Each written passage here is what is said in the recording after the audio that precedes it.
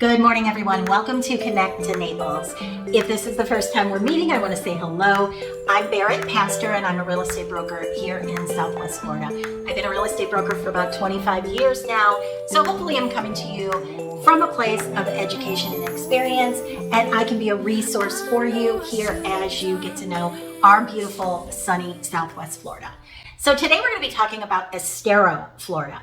Now, if you're unfamiliar with where Estero, Florida is, if we're beginning over here to the south and we mark Naples, and then this way to the north and we mark Fort Myers, not Fort Myers Beach, totally different place, but Fort Myers, Estero is right about the middle. So you've got Naples, Bonita Springs, Estero, and then Fort Myers. So Estero is kind of centered right in the middle of everything. So today I want to talk to you about the top 10 reasons that I personally love Estero so much. We're going to go over all the good things about Estero, but because this channel is all about being honest and helping you get to know the area and maybe an area that you've never been introduced to before, we're going to talk about things that maybe would be a negative to you as well, because we just want to put the facts out there and let you determine what works for you. So these are the top 10 reasons I absolutely love Estero, Florida.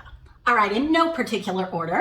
Number one, the beautiful beaches, proximity to all the beautiful beaches.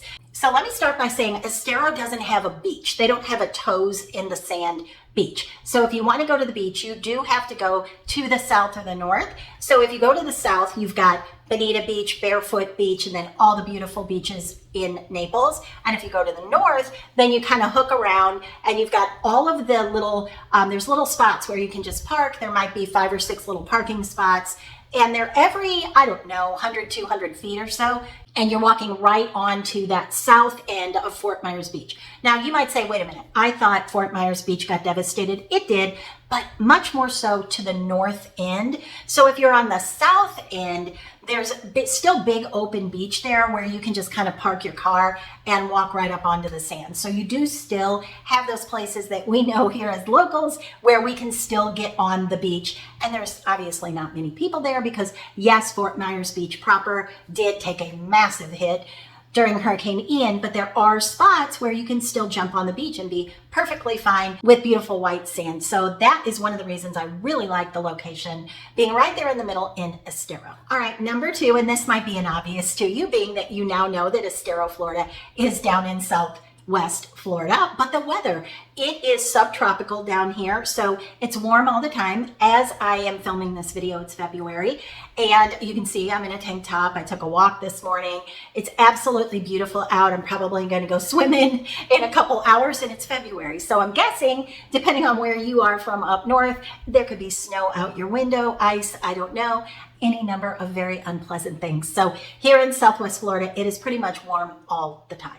All right, number 3, even though we don't have a beach here, toes in the sand beach, in Estero, we do have a beautiful bay. So we have lots of boating, kayaking, fishing, all kinds of outdoor activities. We have nature trails, bike trails, golfing, hiking, all kinds of outdoor activities. We have tons of parks and farmers markets and all kinds of things to do outdoors here in Estero, Florida.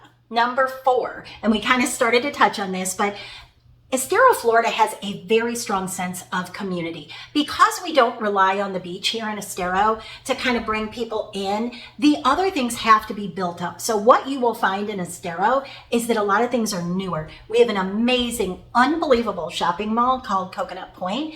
I love to go there in the morning before they open. It's a huge outdoor mall. There's restaurants. Just like if you think of 2 or 3 of your best malls and you laid them out to one level and put them all outside, that's what Coconut Point is. They have live music there a lot. There are live works, so you can live above the stores. There's even some places called the residences that kind of sit off to the back of the shopping area. It's gated and beautiful. They have a beautiful courtyard with a pool. So I actually have a video on those that I'll be putting out soon. So be sure you're subscribed if you want to see that. But that opens in about the 400s, and it's really, really pretty. But there's that. There's just all kinds of things to do in Estero that aren't revolving around the beach. There's tons of golfing. There's a huge huge park that they have. There's a big frisbee football. There are parks for the kids to play at. There's a lot of farmers markets, as I mentioned, just a ton of things going on all the time in this community. All right, number 5.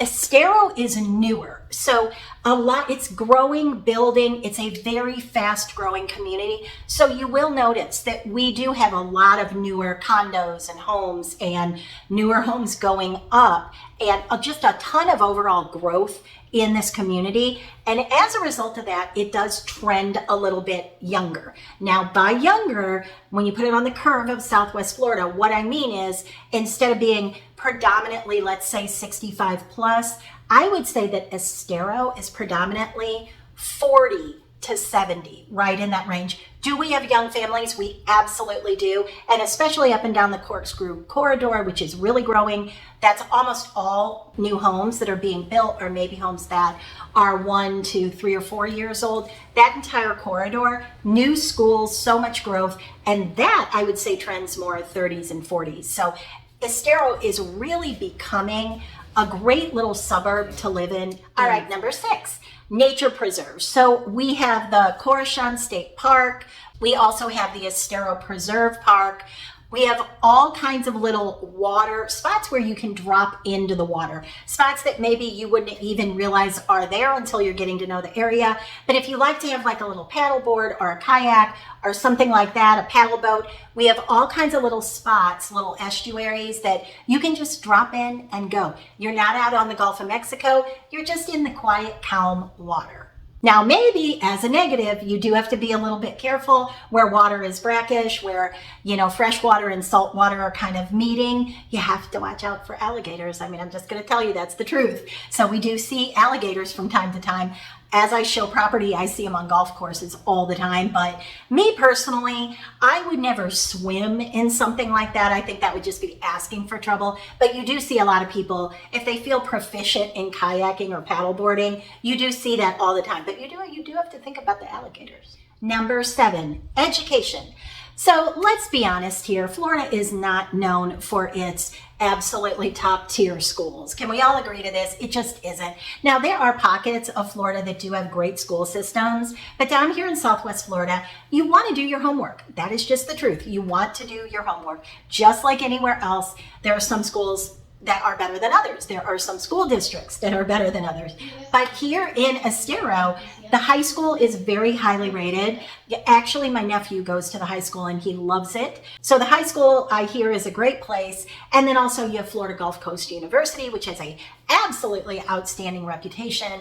So the other thing about that, just kind of as a little bit of a bonus, is that when you do have great high schools and especially universities like FGCU, around that community, you have a lot of fun things for younger people to do, like restaurants and bars and, yoga places and little retail shops. We have so much of that.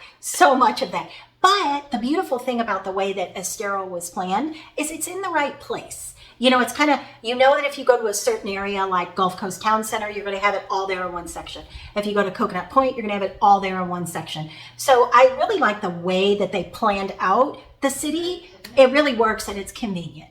Number 8, and this one is really important to a lot of people, myself included, but the crime rate in Estero is really, really, really low. I don't know. I don't think that I've ever heard of a murder in Estero. There could be. I mean, maybe I missed it on the news, but it's that infrequent.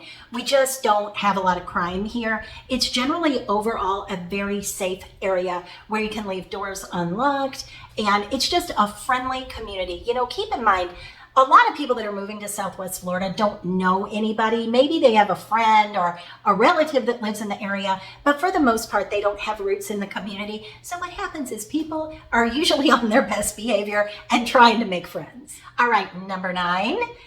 Estero is located in very decent proximity to large cities if you want to get to those. So a lot of times my husband and I, if I have a weekend where I'm not working, I'm not showing property, which is rare, but it happens, then it's a very short trip, like up to Sarasota. That's about an hour and 10 minutes or so, hour and a half. You could go on a little bit further, hit the 2-hour mark, and you're up in Tampa, so you can go see a game, go watch a football game, a hockey game, concert, things like that. Or you can go across Alligator Alley and you could go check out Fort Lauderdale or Miami or Boca Raton, anything like that. You're in very close proximity to all of those things. And then if you want to go to the other coast and take a ride all the way up, you can go all the way up to Jacksonville. We did that about a month ago and it was an absolutely gorgeous drive. So the proximity to get to everything quickly is really great. And Southwest Florida International is an international airport and it's very easy to navigate. It's not one of those huge airports that's hard to get around. So that's another thing that I really love. Healthcare, education, retail, restaurants, just overall planned out well, and the growth across the board has really been amazing. So those are the top 10 things that I really enjoy about living in Estero. It's really kind of a sleeper community where people are just starting to discover it and realize that, hey, you know, I can get a pretty decent buy right now in Estero, but trust me when I tell you that will not be for long. So if you liked this video, please be sure to give it a thumbs up. Consider subscribing if you want more videos like this in your feed every morning. And otherwise, I will see you very soon for the next one.